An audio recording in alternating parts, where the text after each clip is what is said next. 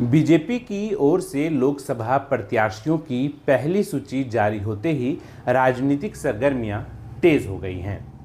BJP ने देश भर के लिए जारी 195 प्रत्याशियों की पहली सूची में झारखंड के 14 लोकसभा सीटों में धनबाद, चतरा और गिरिडीह छोड़ 11 लोकसभा सीटों पर अपने उम्मीदवारों की घोषणा कर दी।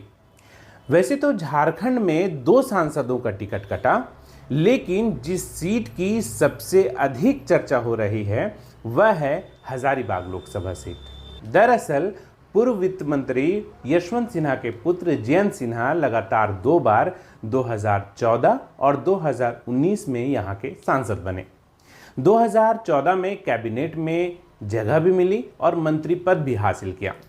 बावजूद इसके जयंत सिन्हा का टिकट कटा और पिछले 2 बार से लगातार हजारीबाग सदर विधानसभा क्षेत्र से विधायकी संभाल रहे मनीष जायसवाल पर पार्टी ने इस बार भरोसा जताया है। लेकिन ऐसा पहली बार नहीं हुआ है। हजारीबाग संसदीय क्षेत्र के इतिहास में जब आप जाएंगे तो ऐसे कई रोचक घटनाओं से आप रूबरू होंगे। जोहार, मैं हूं शमी मोहम्मद और आप SB लाइव हिंदी देख रहे हैं। प्रकृति के गोद में बसा हजारीबाग 1833 ईस्वी में वजूद में आया। हजार बागों का शहर कहे जाने वाले हजारीबाग संसदीय क्षेत्र में चुनावी परिदृश्य बेहद रोचक रहा है। चुनाव परिणामों के कारण शुरुआती दौर से ही सुर्खियां बटोरने वाला हजारीबाग लोकसभा क्षेत्र पर निगाह डालें तो प्रशासनिक तौर पर इस जिले में 16 प्रखंड और 5 विधानसभा क्षेत्र आते हैं। इस पूरे जिले को हजारीबाग और बरही 2 अनुमंडलों में बांटा गया है। वहीं हजारीबाग सदर, मांडू, रामगढ़, बड़कागांव और बरही विधानसभा इस लोकसभा क्षेत्र के अंतर्गत आते हैं। राजनीतिक समीकरणों की बात करें तो हजारीबाग संसदीय सीट में राजनीतिक समीकरण का हमेशा असर रहा है। 1952 से 68 तक राज परिवार के मोह में चुनावी समीकरण यहां बनते रहे। बाद में कांग्रेस की पकड़ मजबूत हुई, लेकिन 1989 से अब तक की अगर बात की जाए तो चुनाव की तत्कालीन परिस्थितियां सिर्फ 2 चुनाव की तत्कालीन परिस्थितियों को अगर छोड़ दिया जाए तो भाजपा की पकड़ इस सीट पर बेहद मजबूत रही है। 1951 से 2019 तक हुए 18 लोकसभा चुनावों में भाजपा के हिस्से 7 जीत दर्ज है, जबकि कांग्रेस और CPI को 2-2 जीत ही मिल पाई है। हालांकि रामगढ़ राज समर्थित जनता पार्टी और 1951 से 1968 तक जीते हुए उम्मीदवारों को मिला दिया जाए तो इसकी संख्या भी 7 जीत तक पहुंच जाती है।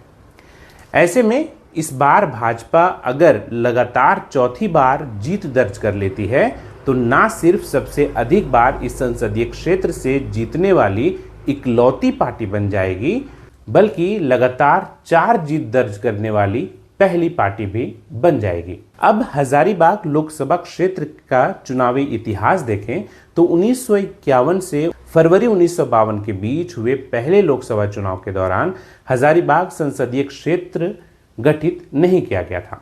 इसलिए 1957 में हुए दूसरे लोकसभा चुनाव के दौरान हजारीबाग संसदीय क्षेत्र अस्तित्व में आया, जिसमें हजारीबाग और रामगढ़ 2 जिले के हिस्से को शामिल किया गया। 1957 में हजारीबाग से छोटा नागपुर संताल परगना जनता पार्टी की उम्मीदवार ललिता राज लक्ष्मी ने कांग्रेस के बदरुज्जमान खान को पराजित कर लगभग 23% वोटों के साथ पहली जीत दर्ज की। 1962 में CNSP जेपी और 1967 में निर्दलीय उम्मीदवार के तौर पर यहां की जनता ने डॉक्टर बसंत नारायण सिंह को अपना सांसद बनाया। इसके बाद 1971 में कांग्रेस उम्मीदवार दामोदर पांडे ने ललिता राजलक्ष्मी को मामूली वोटों के अंतर से हराया और कांग्रेस ने इस सीट पर अपनी पहली जीत दर्ज की। हालांकि 1977 में हुए 7वें लोकसभा चुनाव में आपातकाल का मुद्दा इतना हावी रहा कि जनता पार्टी के उम्मीदवार डॉक्टर बसंत नारायण सिंह ने कांग्रेस उम्मीदवार दामोदर पांडे को लगभग 1,40,000 मतों के अंतर से बड़ी जीत दर्ज कर कांग्रेस से यह सीट छीन ली। 1980 में हुए 8वें लोकसभा चुनाव में भी बसंत नारायण सिंह ने अपनी जीत कायम रखी, लेकिन 1984 के लोकसभा चुनाव में कांग्रेस ने वापसी की और दामोदर पांडे भाकपा नेता भुवनेश्वर प्रसाद मेहता को हराकर दूसरी बार संसद पहुंचे। 1989 में हुए लोकसभा चुनाव में वोट मांगने के तरीके में काफी बदलाव महसूस किया गया। अब जाति धर्म के आधार पर वोट मांगना केंद्र बिंदु बन गया।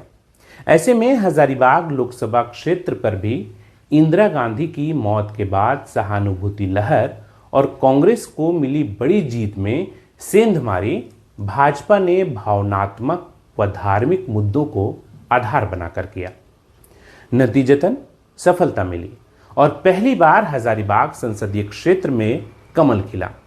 भाजपा के यदुनाथ पांडे करीबन 60,000 मतों के अंतर से भाकपा के भुवनेश्वर प्रसाद मेहता को परास्त कर दिल्ली का सफर पूरा किया। पर अगले ही 1991 के लोकसभा चुनाव में सीपीआई के भुवनेश्वर प्रसाद मेहता ने भाजपा के ही यदुनाथ पांडे को चुनाव में पटकनी दे दी और अपनी पहली जीत के साथ श्री मेहता हजारीबाग संसदीय क्षेत्र में सीपीआई की लोकप्रियता की मौजूदगी का भी लोगों को एहसास करा दिया। हालांकि 1996 में हुए 12वीं लोकसभा चुनाव में भाजपा ने सीपीआई के भुवनेश्वर प्रसाद के खिलाफ महावीर लाल विश्वकर्मा को मैदान में उतारा और इसका लाभ भी मिला। इसी के साथ दूसरी बार हजारीबाग संसदीय क्षेत्र में कमल खिला।